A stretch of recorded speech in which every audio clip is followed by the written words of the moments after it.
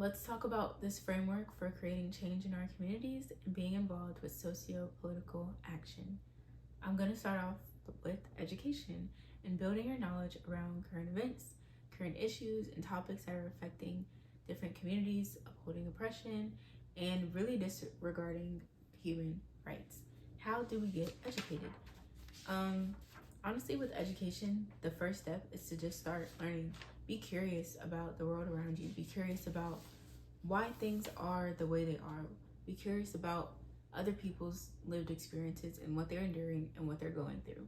And from that curiosity, you can start to explore different topics. For building your education, I have a model and a framework that you can use for exploring different major issues. You are going to draw out a tree, and the trunk of it is going to be the main issue that you want to explore. From the trunk, you can go down to the roots and write down different historical practices, policies, or current political topics that are either upholding or shaped this issue that we are seeing currently. And then from the roots, you have the trunk, then we have branches. Branches are going to be any topic that is related to the major issue. So this could be, branching off and stemming from the major issue, or even related disciplines that have to do with this issue. And then our leaves are going to be current events, staying up to date on current events that have to do with the issue. So my example that I have is for food insecurity. So the trunk, food insecurity, okay? The roots, which are historical practices, policies, current political, things that are upholding food insecurity. I wrote down redlining, and I wrote down economic disadvantages. This is just an example. You can go as in-depth as you want to go with creating these roots and, understanding what is upholding these issues. For a branch, I had employment, which I really meant like livable wages, and another branch that I can think of is like mental health when it comes to areas that are food deserts, or transportation services, things like that. Those are some branches that could come off of food insecurity. Then some leaves that I have from researching different news outlets in my area. I found an article about a Maryland food pantry that was experiencing a shortage 4 weeks ago and was requesting donations. So this is a knowledge tree based on the topic of food insecurity. And from this tree, you can look at different gaps you may have, like, do you know more about current events on this topic? And do you need to know more about the historical practices that shaped it? Do you know more about, the historical practices? Do you need to explore more of topics that can branch off of that? Like, think about how you can make this a full picture of knowledge. And then from this, you can think about the topics that are on this tree and just continue planting new trees, quote unquote, okay? And from this, you could explore redlining more. You could explore livable wages more and things like that. So that's an example of how you can go about starting with these major issues and trying to build your knowledge around these topics. Next, we're going to talk about how do we make a plan based on these things that we know. And I feel like that is the major question right now. I know there's problems in the world. I know I want to do something. How do I do something? What do I do? So now we get to the plan segment.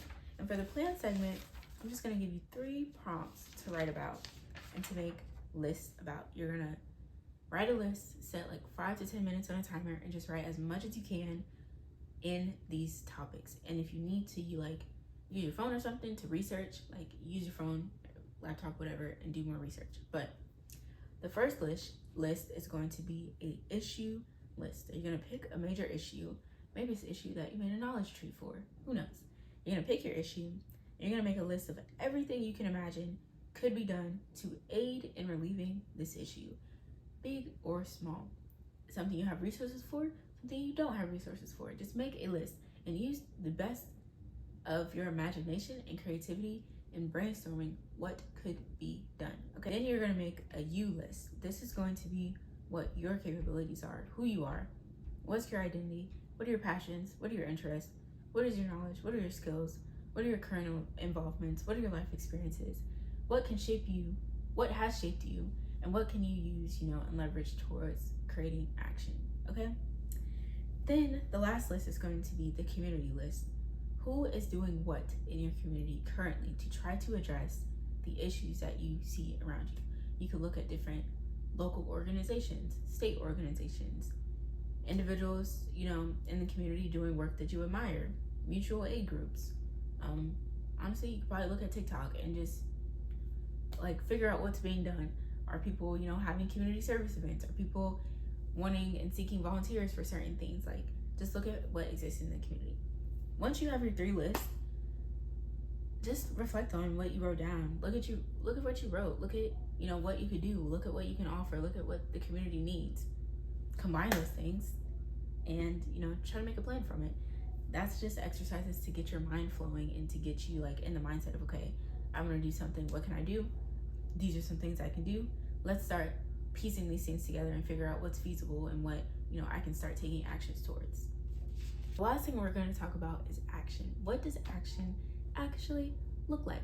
What are the things that you can do and the types of engagement that you can take on in trying to create change in our society, globally, locally, nationally, whatever. And again, I want to give a reminder that it's okay to start small and to acknowledge that everything probably can't be solved overnight unless you are a billionaire ignoring the needs of the world. Okay. There are different types of engagement that you can do. Activism and volunteering are 2 big ones. Activism is going to be taking action towards trying to directly change something in society or in your community. Activism is taking actionable steps towards creating a change in your community, directly targeting an issue and advocating for a change to be made.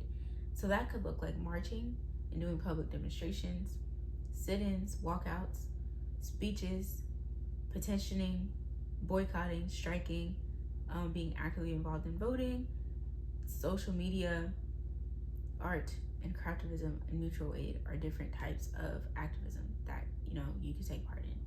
And I want to say with activism, I think a lot of the work right now borders the line of performative versus actually active. Okay, the point of activism is to be disruptive, to create a change, to evoke a change, and to kind of go against the grain and go against what's technically acceptable to promote change in society. The change you seek is not going to be handed to you by the government that you want to see the change in. Okay, it's something that's going to take real actionable steps towards doing. And activism doesn't always have to be collective. It can be on an individual basis. When it is collective, it can be powerful, but don't sell yourself short when it comes to activism. Okay, the other thing to remember with activism is that everyone has their role in what they can do. Everyone has their strengths. Everyone doesn't have to be on the front lines necessarily. And there's a really good graphic that has different types of people in a movement, and some of them include like visionaries, disruptors, healers, storytellers, guides. Like, everyone has their role, so don't be afraid to know your role and to do that to the best of your ability. Don't be so swayed by social media people yelling at you, telling you you're not doing enough in a certain category. Like, do what you can do what you're good at, but do something. Okay, yeah. What could results look like from effective movements, right? Because I think we all have different issues that we can pinpoint in things that we want to see change, but I don't think we've considered what that change would look like. And I think that could help us understand how much effort we need to put into what we want to see happen, because some changes are small, some changes are big. A lot of the issues that we're seeing right now that are completely targeting human rights and upholding repression, they're going to require bigger changes, which are going to require bigger forms of action. Okay, that's real. There's an article in this Introduction to Sociology textbook that is free online, and it goes into different types of social movements.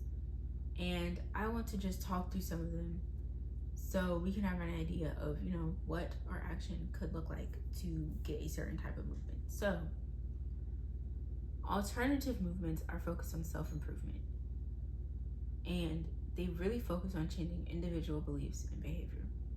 Redemptive movements are focused on bringing meaning to the world, So those are ones that invoke spiritual growth. Reformative movements seek to change something specific about social structure. Revolutionary movements seek to change every aspect of society. Their goal is to change all of society in a dramatic way. So an example of a revolutionary movement was the American Civil Rights Movement, okay? These movements either change everyone in society or they change specific individuals. They either have a limited reach or they have a radical reach.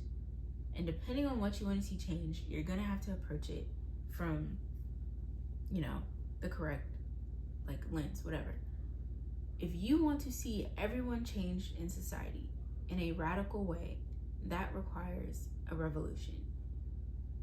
A revolution requires a lot of action and knowledge and education and collective effort to take place.